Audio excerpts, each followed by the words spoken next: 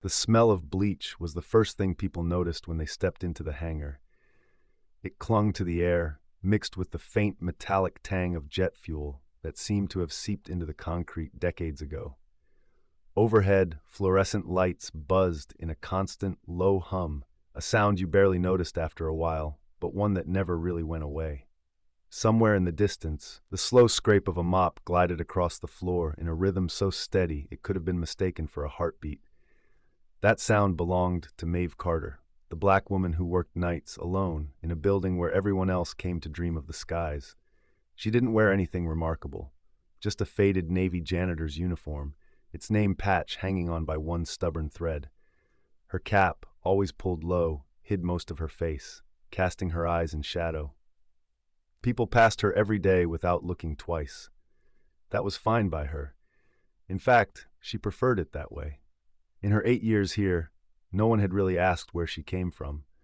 No one had wondered why her gaze sometimes lingered on the sleek silhouettes of the fighter jets parked in their bays.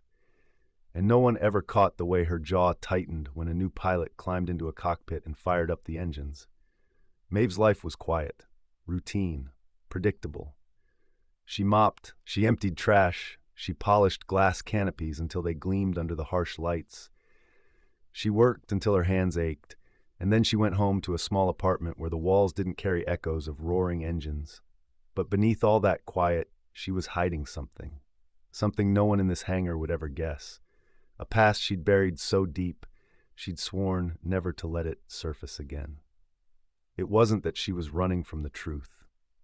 It was more complicated than that. She'd lived the truth, worn it like a second skin, and then watched it be stripped away. Now she was just a shadow of who she once was, or at least that's what she told herself. And then one night, the hangar doors opened. It was later than anyone should have been here. Maeve was halfway through scrubbing an oil stain when the massive steel doors groaned open and a rush of cold night air spilled in. She straightened, frowning. No one had told her to expect visitors. A group of men and women in crisp uniforms stepped inside, their boots clicking against the concrete.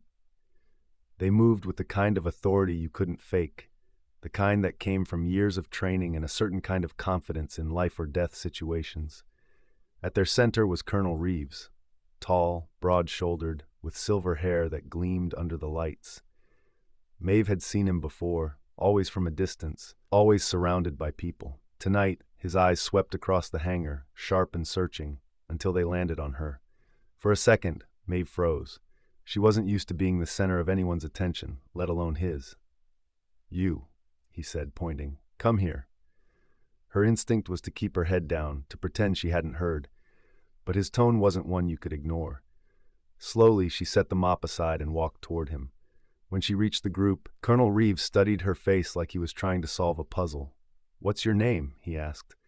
"Maeve Carter," she said quietly, his brow furrowed. "Carter. Carter." He seemed to be sifting through memories, looking for something that didn't quite line up. Finally, he shook his head and motioned to one of the officers beside him. "We've got a problem," he said, turning his attention back to Maeve. "We're short a pilot for tomorrow's demonstration. Our best is grounded with a medical issue. The backup's still overseas, and this event can't be postponed." Maeve blinked at him, unsure why he was telling her this. She was a janitor. "I'm not sure what that has to do with me, sir," she said carefully. The colonel's eyes narrowed. "I think you know exactly what it has to do with you." Her stomach tightened. No, he couldn't know. But then he said it, quietly, like a man testing a theory. "Captain Maeve Carter, 307th Squadron, United States Air Force, fighter pilot, call sign Raven." The world seemed to tilt beneath her feet. She hadn't heard that name, that call sign, in 8 years. She took a step back, shaking her head. "You're mistaken." "I don't think I am," he said. "You can deny it all you want, but I've seen your face before, and I've read your file. What I can't figure out is why you're here mopping floors instead of flying." Her heart was pounding now, her mind already searching for an exit. She had promised herself she would never get back in a cockpit. She had left that world behind for a reason she couldn't bear to revisit. But the colonel's voice cut through her thoughts. "We need you, Carter. Tomorrow." She laughed, but there was no humor in it. "You don't understand. I'm done. I haven't flown in years. Then it's time you remembered how, he said, his tone final. Because whether you like it or not, you're the only one who can pull this off. Maeve looked around the hangar, at the officers watching her like she was some kind of relic pulled from the past. She could feel the walls closing in, and somewhere deep inside past the fear, the grief, and the years of hiding a part of her stirred, the part that had once lived for the sky. Maeve didn't sleep that night. She sat in the small, dim kitchen of her apartment, staring at a chipped coffee mug and listening to the quiet hum of the refrigerator. Every few minutes, her mind would drift back to the hangar, to Colonel Reeves' voice, to the sharp certainty in his eyes. She'd told herself she was done 8 years of telling herself over and over that she would never fly again. But the way he said her call sign, Raven, it had stirred something in her chest that she'd buried deep beneath layers of routine and cleaning supplies. She stood, restless, and walked to the window. Outside, the city slept, its lights flickering against the black sky. She tilted her head back, and for the first time in years, she let her eyes trace the constellations. The sky had been her home once. She used to know every shift in the wind, every nuance in the clouds, every way the horizon stretched out like an endless invitation. But the sky was also where she'd lost more than she could ever replace. Her phone buzzed on the counter, unknown number calling. She almost ignored it, but something in her gut told her to answer. Carter, Reeves' voice came through, deep and steady. Be at the base by 600. You'll have a pre-flight check with the crew. I'll handle the clearance. She swallowed hard. I didn't say yes. You didn't have to, he said, and hung up. Maeve stood there, the silence pressing in again. She hated him for being so sure. Hated him for assuming she would step back into a cockpit. But even as she told herself she wouldn't go, she knew she'd be there. The next morning, Maeve dressed in plain jeans and a sweater, hoping to keep her presence as low profile as possible. But the moment she stepped onto the tarmac, the crew was waiting. Conversation stopped. Eyes followed her. They had heard. She could feel it in the way they looked at her, curious, skeptical, maybe even a little awed. She kept walking, ignoring the stares, until she reached Reeves. He didn't waste time. You'll be flying the F-16 today. Modified controls, top specs. I've already briefed the ground crew. You'll have 30 minutes to refamiliarize yourself before we run the drills. Maeve crossed her arms. 30 minutes? I've been out for 8 years. You're Raven, he said simply. 30 minutes is more than you need. She wanted to argue, but something in his tone, not arrogance, but belief, made her pause. The jet waited for her like a sleeping predator, its smooth frame glinting in the morning light. She approached it slowly, every step dragging her closer to a part of herself she'd locked away. The ground crew helped her into the gear. The flight suit felt foreign and familiar all at once.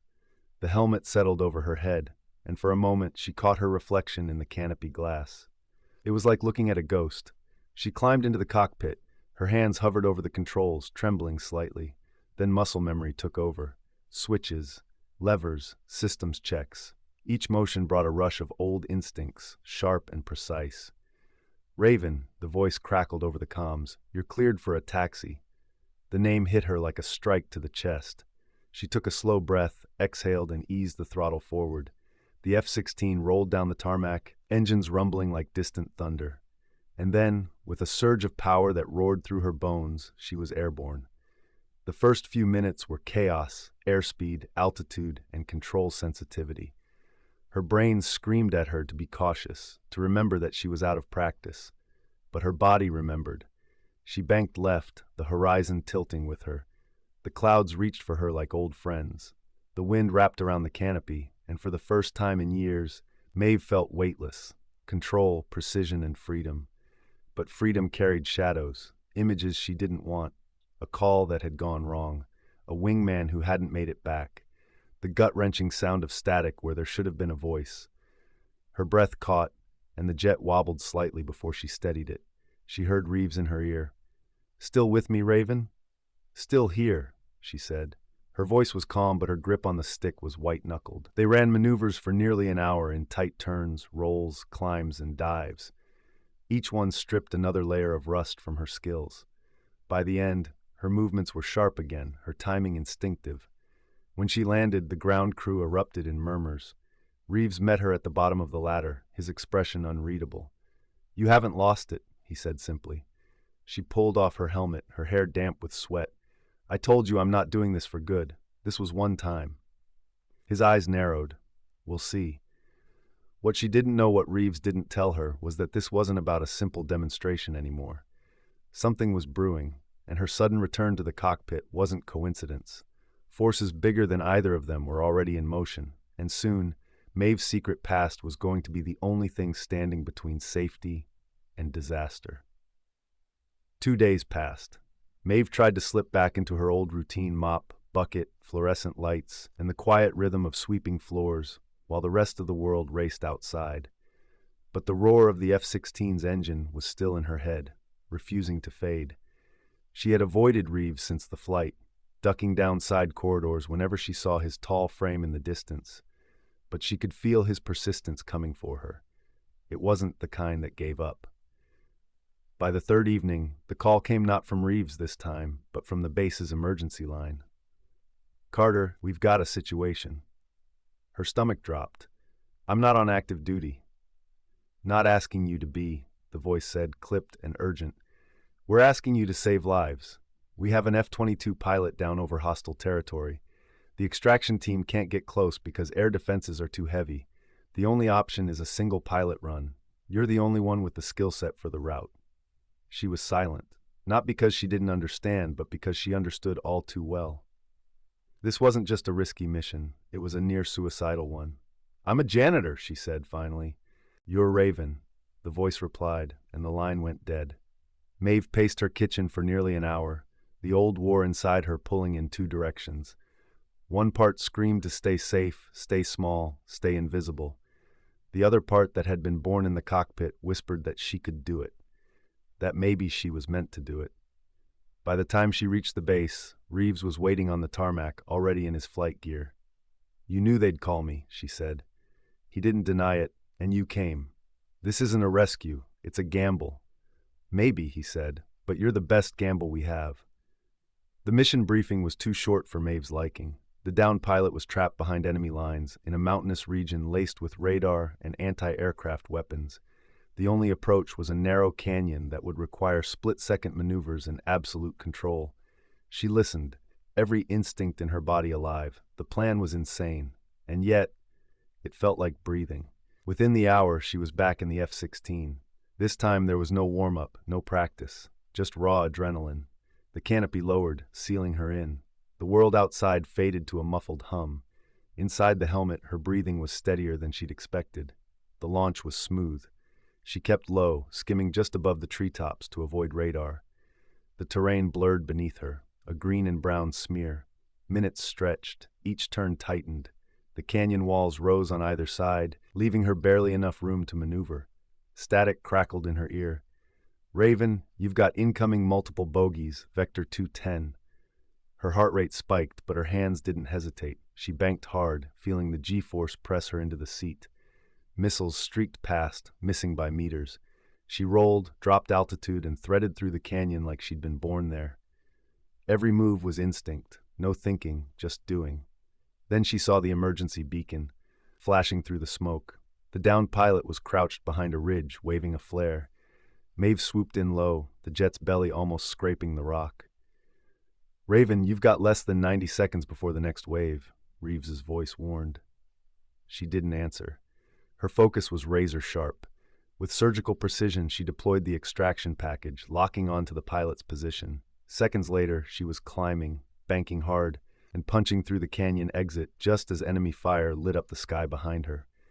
When the F-16 touched down back at base, the adrenaline still roared in her veins. She popped the canopy, and Reeves was there, staring up at her like he was seeing her for the first time. "You just saved him," he said quietly. Maeve pulled off her helmet. "I told you I'm not coming back." But in the deep part of her chest, she knew that was a lie. Maeve thought she could slip away. She thought she could walk off the tarmac, disappear into the quiet corridors of the base, and melt back into the world where she was just a janitor with a mop in her hand.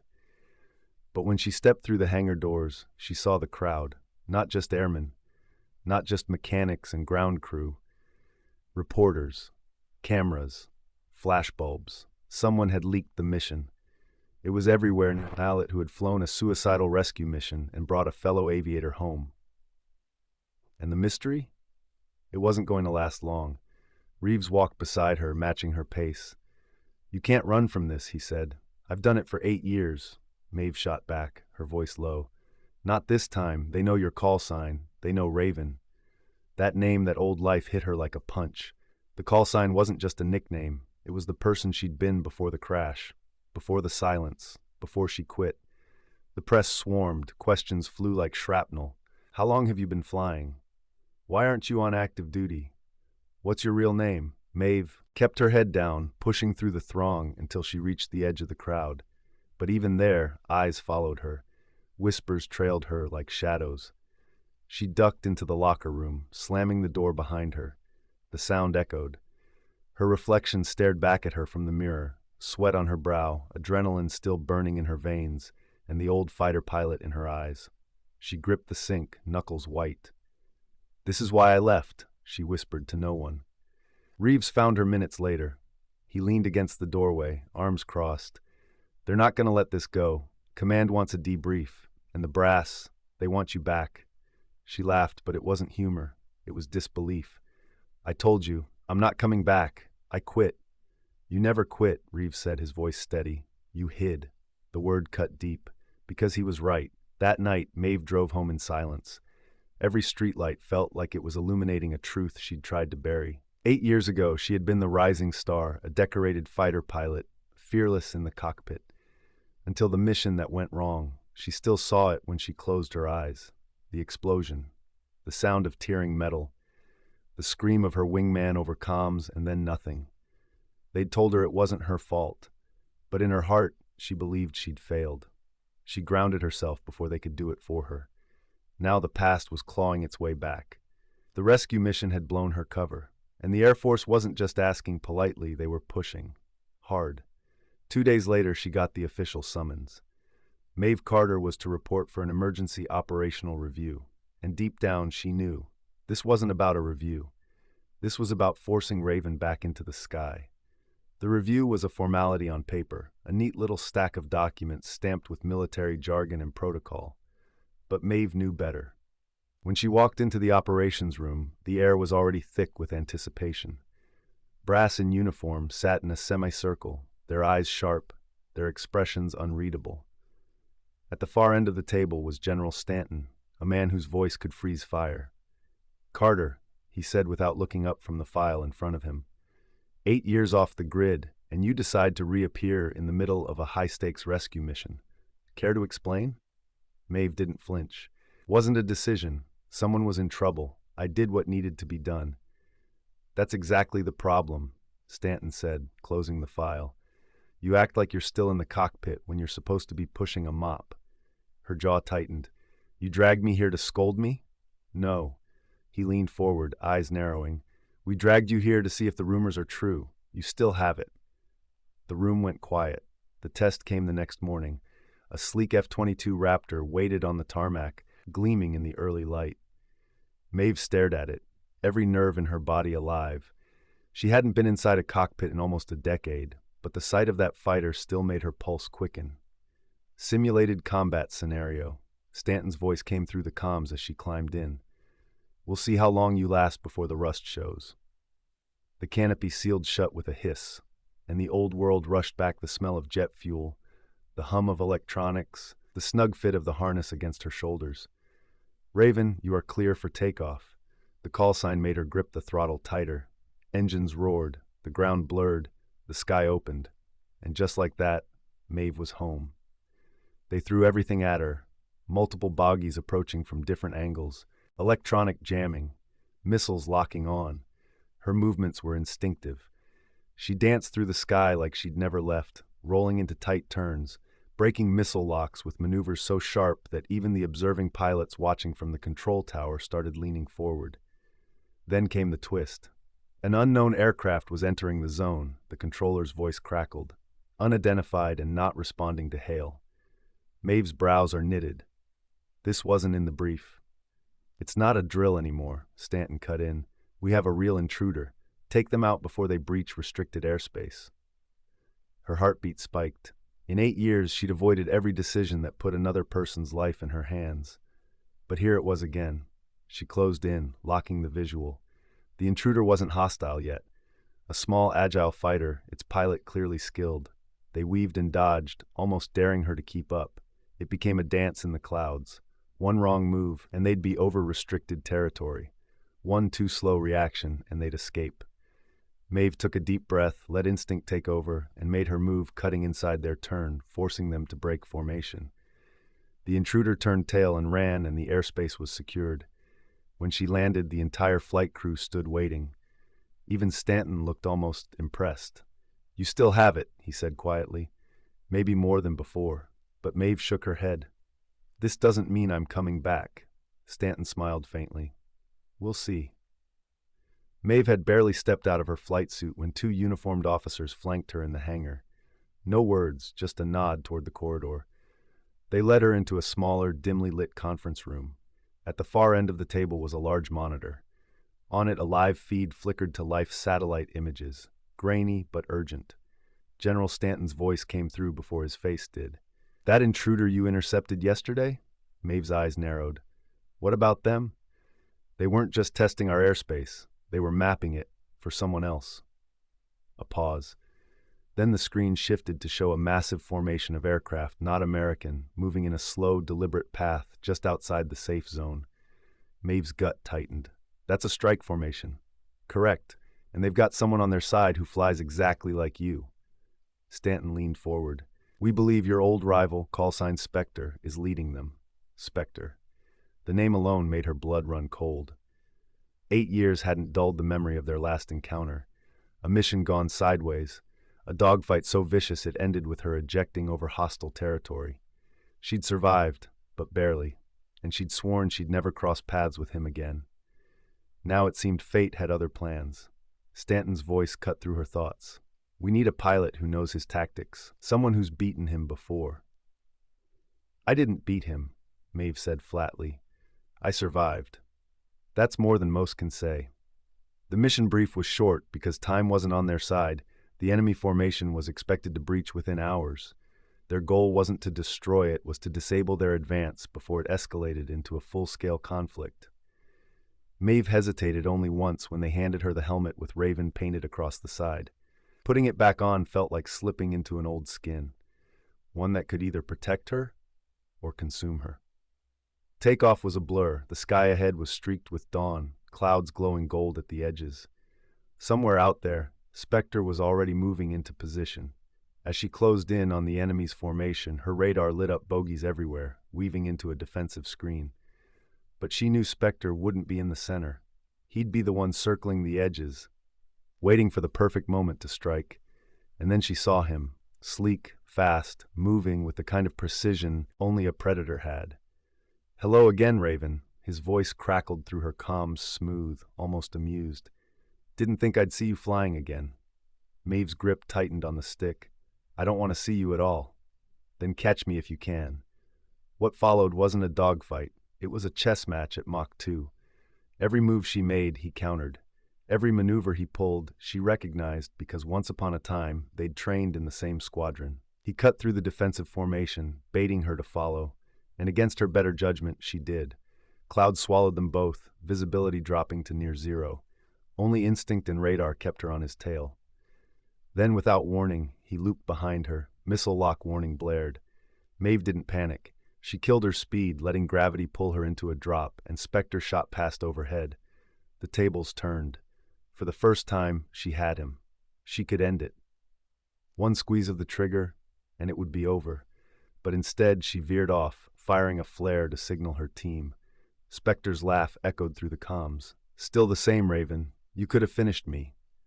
"Not my mission," she said, voice steady. "Go home, Spectre, before I change my mind." By the time she returned to base, Stanton was waiting with that same unreadable look. "You had a shot," he said. "I know. And you didn't take it." "I know." There was a long pause. Then Stanton leaned back. "You realize this means he'll be back." Maeve's eyes hardened. "So will I." 2 weeks passed without incident, or at least that's what the official reports said. Maeve knew better. Her nights were restless, the kind of restlessness that comes when the wind outside shifts just slightly, and you know the storm hasn't passed, it's only circling. The base was quieter now, pilots rotated out for training exercises overseas, fewer patrols in the sky. But one thing wasn't quite the whispers. She heard her name more now. Not Maeve the janitor, not even Raven the pilot. Just Maeve, like they were trying to figure out which version of her was real. It was a Tuesday night when she heard the metallic clank echo through the hangar after hours. She shouldn't have been there. She wasn't scheduled to fly, not even to clean. But she'd started walking the perimeter again, a habit from her days in hostile zones. Another clank, followed by the low hiss of hydraulics. Maeve's steps slowed. That sound was a cockpit canopy opening. She slipped between two parked fighter jets, her boots silent on the polished floor. There, in the shadows, was a silhouette, tall, broad-shouldered, helmet tucked under one arm. The man turned just enough for the dim light to catch his profile. Spectre. He was inside their hangar. "Didn't think you'd actually take my invitation," he said without looking at her. "You call breaking into a secure base an invitation?" Maeve's voice was low, controlled. "I call it a conversation you wouldn't have if it came through the front door." He stepped closer, setting his helmet on the wing of the nearest jet. "I wasn't here for the fight, Raven. That was just stage one." She kept her stance tight, her eyes locked on his hands. Stage one of what? He tilted his head, studying her like he had back in training, not as an enemy, but as someone holding a piece of a puzzle. "Tell me," he said softly, "why did you disappear after that mission 8 years ago? The official report says injury, but I know better." Maeve didn't answer. "Because," Spectre continued, "the people you're flying for now, they weren't the ones who came for you in the desert. I was."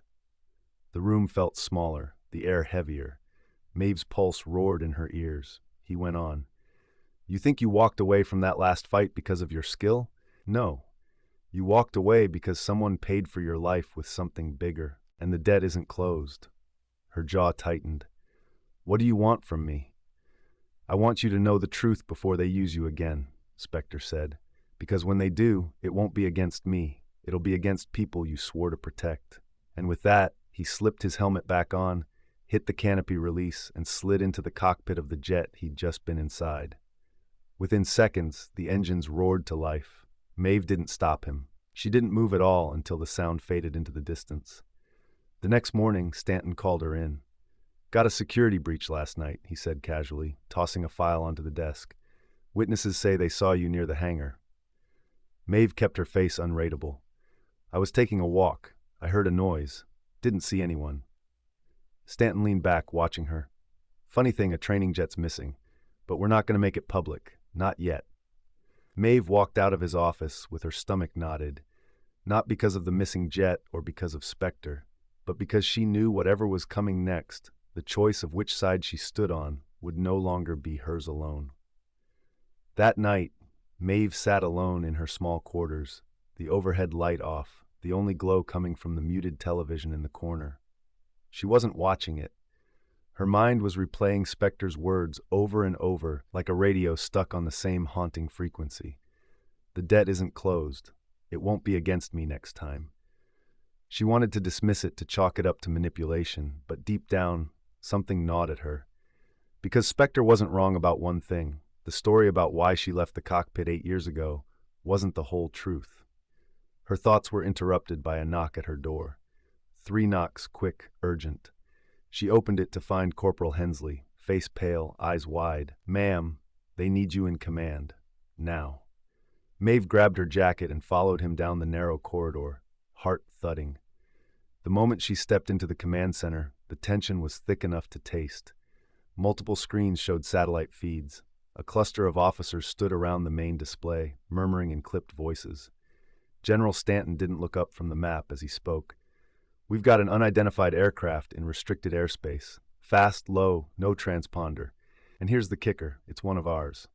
Maeve's gut sank. A stolen training jet. Spectre's jet. Stanton finally looked at her. "You're up, Raven."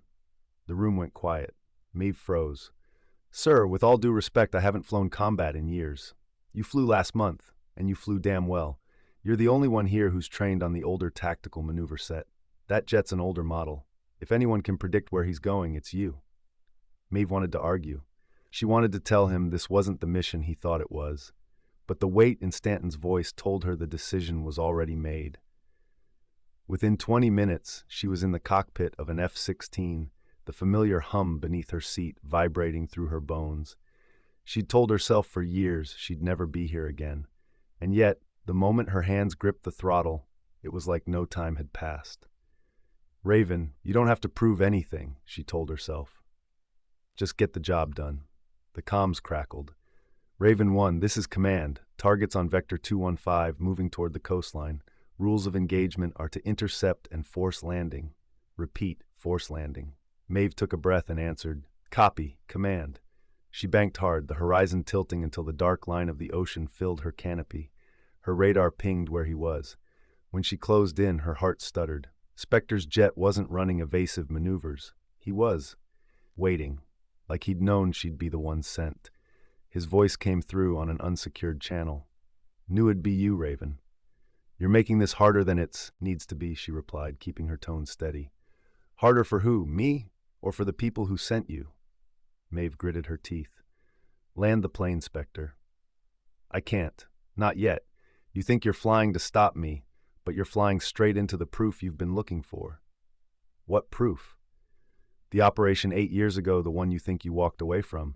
You didn't walk away. You walked out, and the same people are moving pieces on the board again. Her hands tightened on the stick. Why tell me this now? Because, Maeve, when the storm hits, you won't have time to choose your side. You'll have to already know. Before she could respond, 2 blips appeared on her radar, fast movers, inbound from the east. Not friendly. Spectre's voice sharpened. There's your answer. They're not here for me. They're here for you. What happened next was chaos in its purest form. Maeve broke left, Spectre broke right, both jets splitting as missiles streaked past. The sky lit up with fire trails and countermeasure flares. She didn't know if she was fighting with Spectre or against him. All she knew was that both of them were trying to survive something bigger than the game of cat and mouse Stanton thought they were playing. In the middle of a dive, her comms went dead. Static. Nothing else. Her instincts screamed at her. This was never about an intercept mission. The fight dragged them miles off course, over open ocean. Spectre's voice cut through the static again, faint but urgent. There's a refueling ship 2 clicks north. We land there and talk, or you keep playing the hero for people who'd rather see you dead than debriefed. She should have refused. She should have flown home. But Maeve banked toward the coordinates. The refueling ship was small, barely visible against the dark water. They landed on its narrow strip, the wind whipping hard against the metal deck. Spectre climbed out first, helmet off, eyes locked on her. Are you ready to hear it all?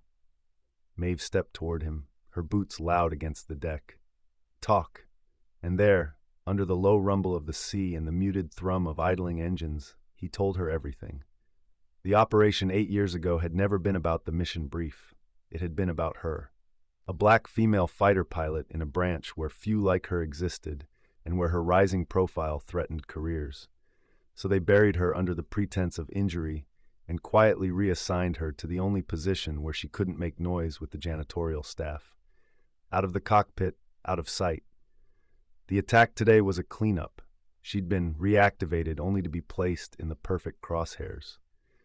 By the time he finished, the horizon was beginning to pale with the first streaks of dawn. Maeve stood there, the weight of it all pressing on her shoulders, her years of silence, her years of swallowing truth to keep the peace. And now she has to make a choice. You can fly back, Spectre said. Pretend none of this happened, or you can stay out here, and we burn the whole rotten structure to the ground. Maeve didn't answer right away. She looked at the ocean, the endless stretch of it. She thought about the faces back at the base, the ones who'd dismissed her, the ones who'd lied to her, and then she looked back at him. I'm done cleaning floors, Spectre. Let's clean the house instead. They didn't shake hands. They didn't need to. By the time the sun rose, Raven was gone, and Maeve, the pilot who'd once been buried by her own command, was back in the air, this time with nothing left to lose. And when the storm came, as Spectre promised it would, she was ready. She'd already chosen her side. If this story of a woman who was grounded by lies, yet rose again to soar above them, spoke to your soul, remember that the truth will always need voices brave enough to carry it. If her fight for dignity, justice, and her rightful place in the sky touched your heart, subscribe to Colorless Voices, where every voice matters and every story takes flight.